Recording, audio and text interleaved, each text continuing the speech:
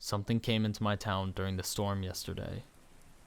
Hey guys, I don't normally post here except to poke fun at people and bump interesting threads, but something happened to me yesterday that I need to talk about. Be me, living with folks in town near Chicago. Not a complete NEET yet.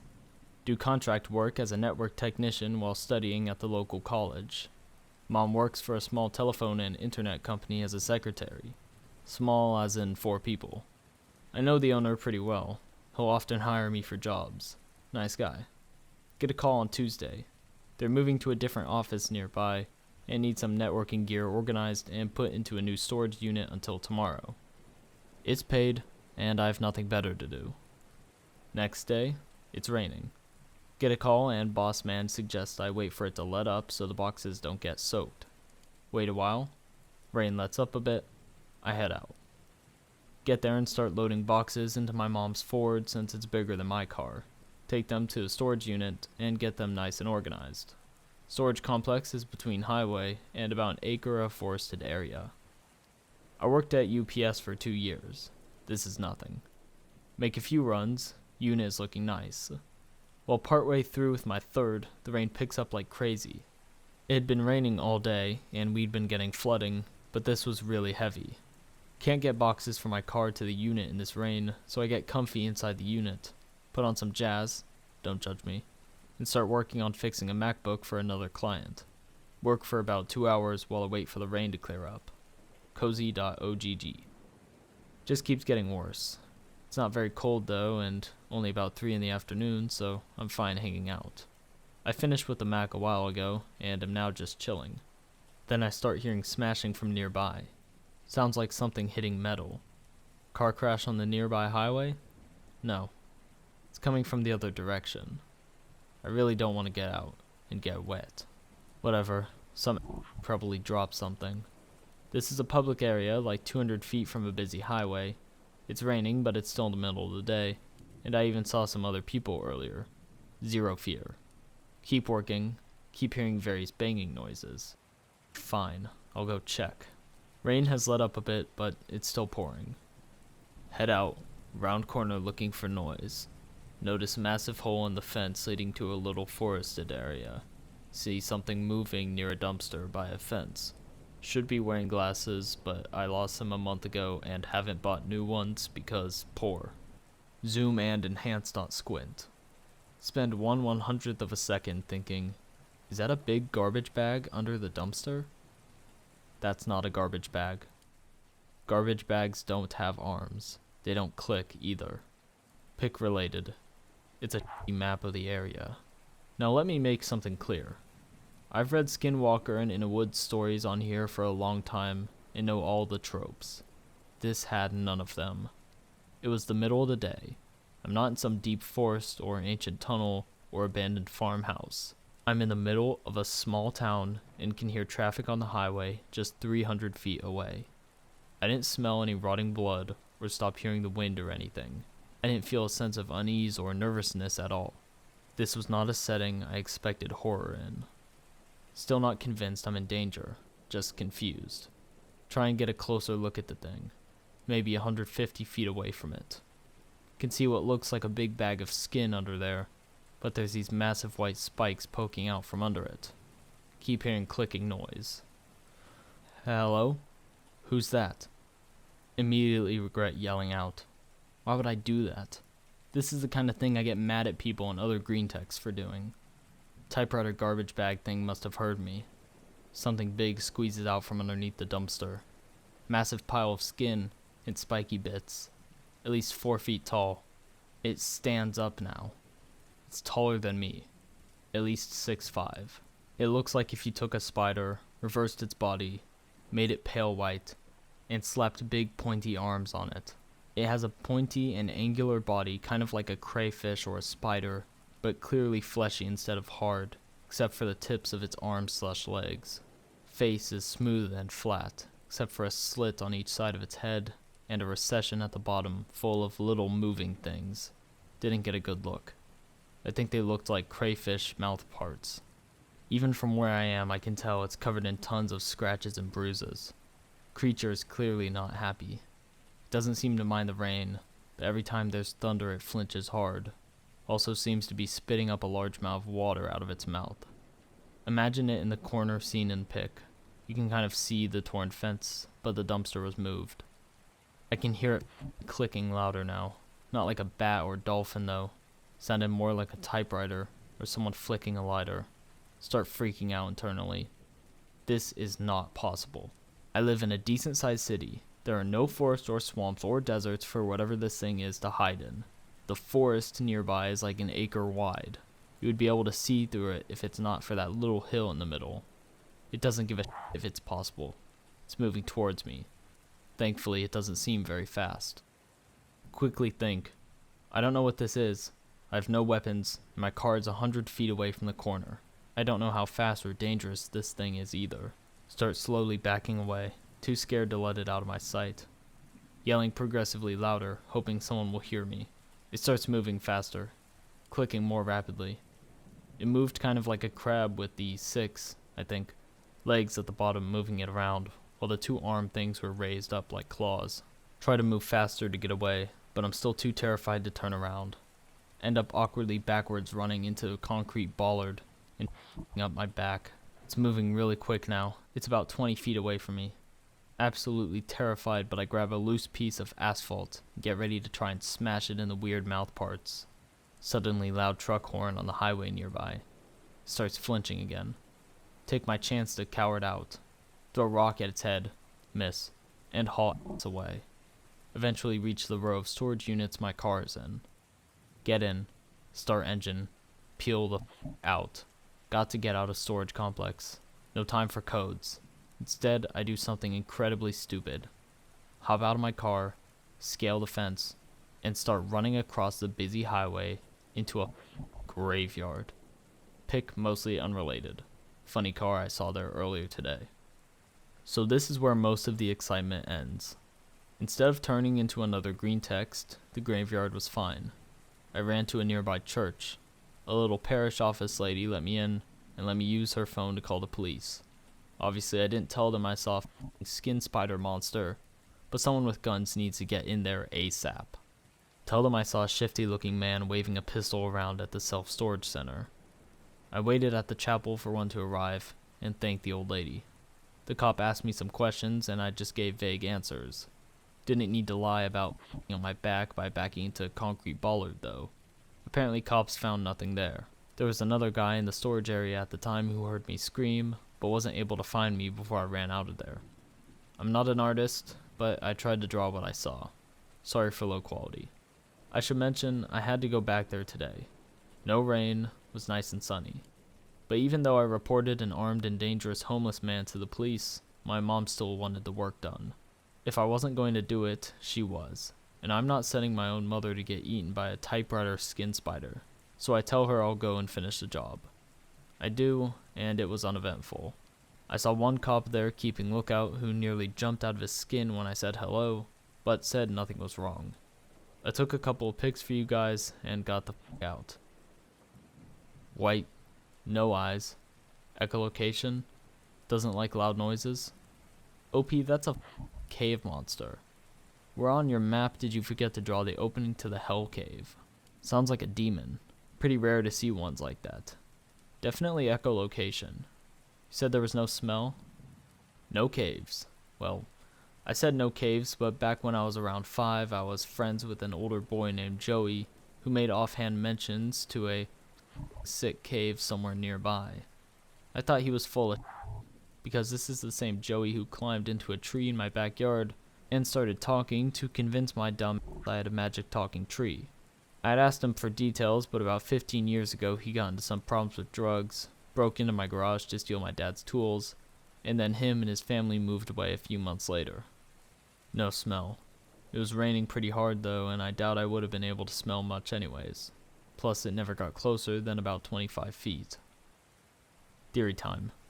It lives in a cave somewhere in the acre of forest.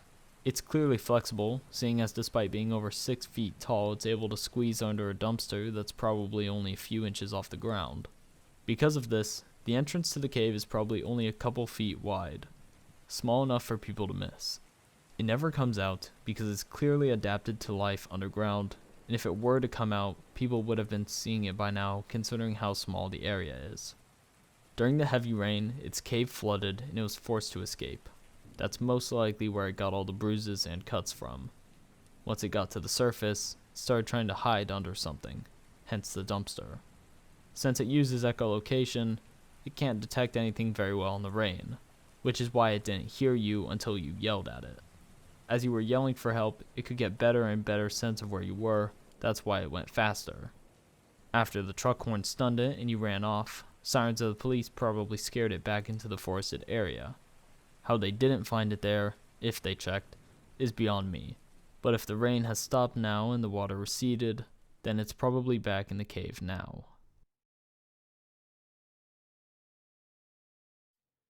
Two months ago, about 2 a.m. Home alone. Husband is working a night shift, about to go to bed. Decide to take the dog out first. There is an empty lot bordering the woods behind us. Take dog over there to poop. Dog poops, and we are heading back to the house. Lights are on in the house, and we have large windows in the back. Just as we enter the backyard, the dog stops. I look. See something in the house. Lanky and white, humanish looking thing. Not wearing any noticeable clothing. Bizarrely shaped, kind of deformed. Too tall, much taller than my 6'7" husband looks, standing in the same area of the house. Panic. Double back through the gate. Run down the area between houses until I find an unlocked gate. Go through neighbor's backyard. Go around to the front. 4 houses down from mine. Bang on their door. Neighbor comes to the door. Not sure what I should tell her. Tell her I think someone is in my house. She knows me pretty well. She lets me in to call the police. Call 911 and tell them I think someone broke in. Call my husband and tell him. He says he's coming home. Police arrive. They have me wait outside until they check the house. They don't find anything. Find stuff out of place though. The coffee table had been moved. Couch was standing on its end. Kind of like the center of the floor had been cleared. Back door was standing wide open. I had of course closed it when I went out. Not sure if I locked it, but I had my keys in my pocket, so I probably did. Police stayed around the house the rest of the night, driving up and down the street. Husband and I didn't sleep. Dog sniffed every inch of the house. Dog got really weird and growled at nothing a lot. Eventually peed and threw up several times. Wouldn't sleep downstairs in his bed anymore after that. The whole experience was beyond creepy. I don't want to suggest it was necessarily paranormal or unexplainable, but it was very scary, and I still feel very uneasy in the house alone, day or night.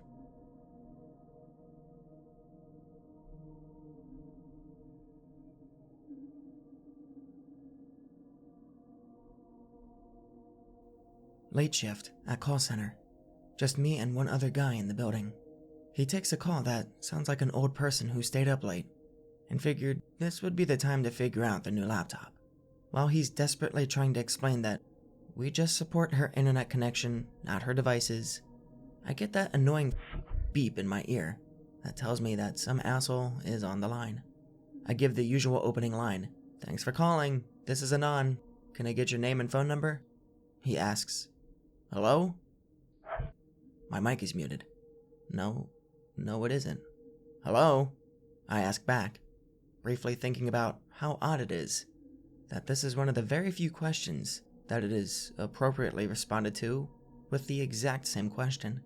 He asks if this is company I work for. I say yes, give the line again. "Thanks for calling, etc. How can I help you?" He says none of his electronics are working, and he thinks it's the internet. Ask for his house phone. Gives an area code that I don't recognize. Type it in anyways, because who am I to question a customer this early in the call? Nothing. Ask for his name, as he has likely f***ed up the number. He gives me his name. I do the slow-ass search by name function. Ask about troubleshooting while it comes up. He says he doesn't know where his modem is because he can't leave his room. I ask what does he mean. He says his door won't open, but the one time it did, there was nothing but blackness. I only now am noticing how pronounced the static on the line was. I originally thought it would be a filtering issue with the phones and DSL line, which is a common occurrence, but this static was much more front and center. Search finishes. Nothing. Google his area code. Texas. We only support in Saskatchewan, Canada. He asks if I know why his family is gone. I ask him where he lives. Gives me a town in Texas. Ask him what the date is, claiming it's a security question. He says it's November 2011. It was August 2012. Coworker has finished his call at this point and clocked out, as it was a couple minutes to midnight, which was the end of our shift. He's at my desk, making a face that says, "Why did you ask what the date was? And why do you look like someone shit in your ear?"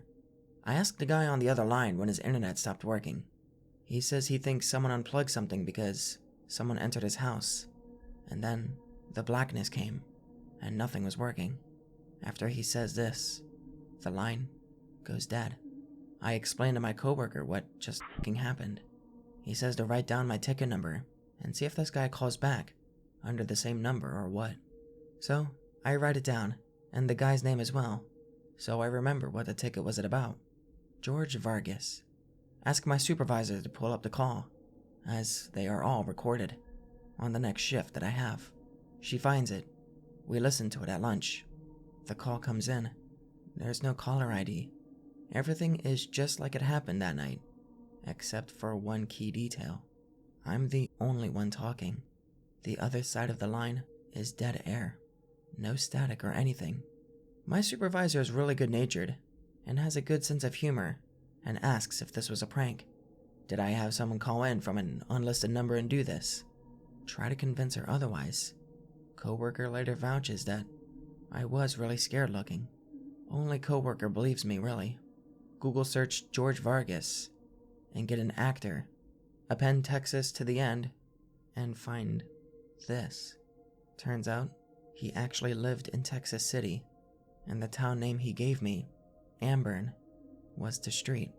I'll let you in on another detail that I felt compelled to leave out last night, as I was already giving myself the shakes retelling that story. I usually have a pretty active imagination, and if it was any other call, I would have attributed it to said imagination, but I could swear I heard other voices in the static.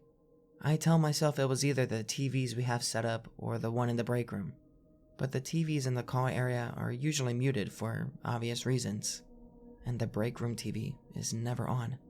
Coworker agreed to close up the building and let me go home after the call, so I kinda buggered out of there quick.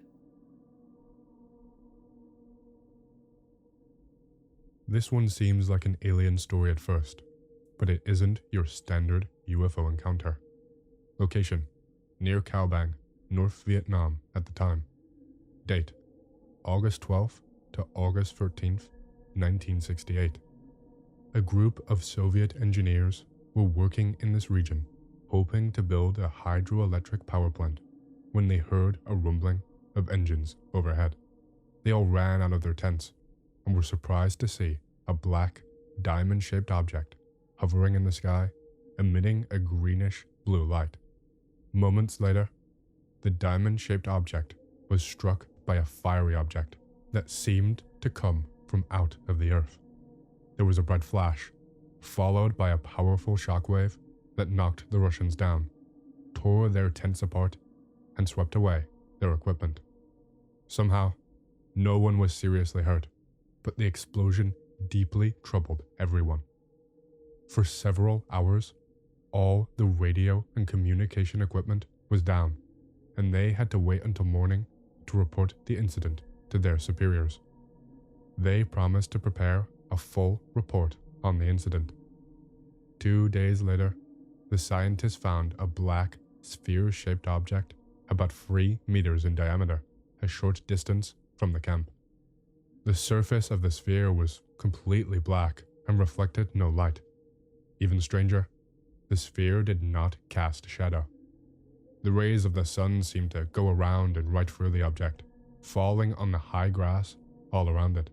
The scientists also noticed that the sphere was cool and slippery, as if doused with soapy water. One of the men attempted to scratch the surface of the sphere with a sharp knife, to no avail. They notified their superiors about their strange finding, and soon afterwards, the group received instructions to set up a protective perimeter around the object and to guard it until a special group arrived. They were strictly warned not to get within 20 meters of the sphere, so the entire group, 5 men total, camped exactly 20 meters away from the sphere. They had no idea what the sphere could be, and guessed it was some kind of new weaponry. After building a small bonfire, the men sat down to rest. One of the specialists, Boris Ivanov, wrote in his diary that the men rested uneasy, staring at the object with their carbines ready, just in case, as they waited for the Special Forces group to eventually show up and take control of the situation. Soon, one of the men, Vyacheslav, stood up and walked into the brushwood, which was in the direction of the sphere. The rest barely noticed, thinking he was just walking off to relieve himself. When he didn't return, the men began to nervously call out his name, but there was no response. They searched the area with flashlights, but could not find Vyacheslav. Concerned and afraid, the rest of the men eventually gave up and returned to the bonfire. An hour later, another man named Peter silently rose and also walked into the brushwood, in exactly the same direction that Vyacheslav had taken. He seemed to move uncomfortably, rocking back and forth as if very drowsy. A kind of anxiety suddenly enveloped the rest of the men, and they remained sitting by the bonfire, unable or unwilling to intervene. Peter never returned. This time the remaining men did not search for Peter, but simply sat and waited. A feeling of doom filled the men. 2 hours later, Vladimir walked off in the direction of the sphere. It was obvious that he had no control. It was as if something was forcing him away from the bonfire. He also never came back. Now only 2 men remained, Boris and Sergei. Both were frozen with fear, refusing to move in the slightest from their positions. Suddenly, Sergei's face became distorted. He stood up like a marionette and meandered away into the dark, in the direction of the strange sphere.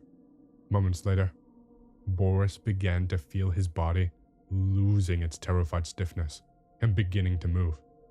Terrified, he grabbed his carbine and shot himself on the leg so that he couldn't walk away to an uncertain fate. As a result of the pain, he passed out. This action possibly saved Boris. He woke up in the morning when the specialists arrived. They found him half conscious by the now extinguished fire. He had lost a lot of blood, but was still alive. However, the sphere had disappeared along with his comrades.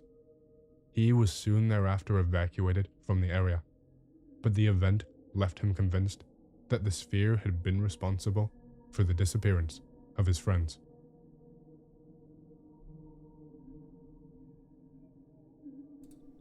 Well, I don't know who skinwalkers are, but I encountered someone roughly resembling one back in the day. Be me, Soviet military border zone guard, stationed deep in the woods on an island called Naisar in the Gulf of Finland. Island is small, boring really, mainly looking for illegal border crossers. Only 5 men are on there with me, small island. One night, while patrolling the beach, I see someone moving in the water. Think it's an Estonian refugee. Yell twice, no reaction. See that it slowly starts to move toward the forest. Can't make out details, but the seems to be moving on all 4s, but backwards. Paranoia gets to me. As I shout one last time and fire a shot into the air.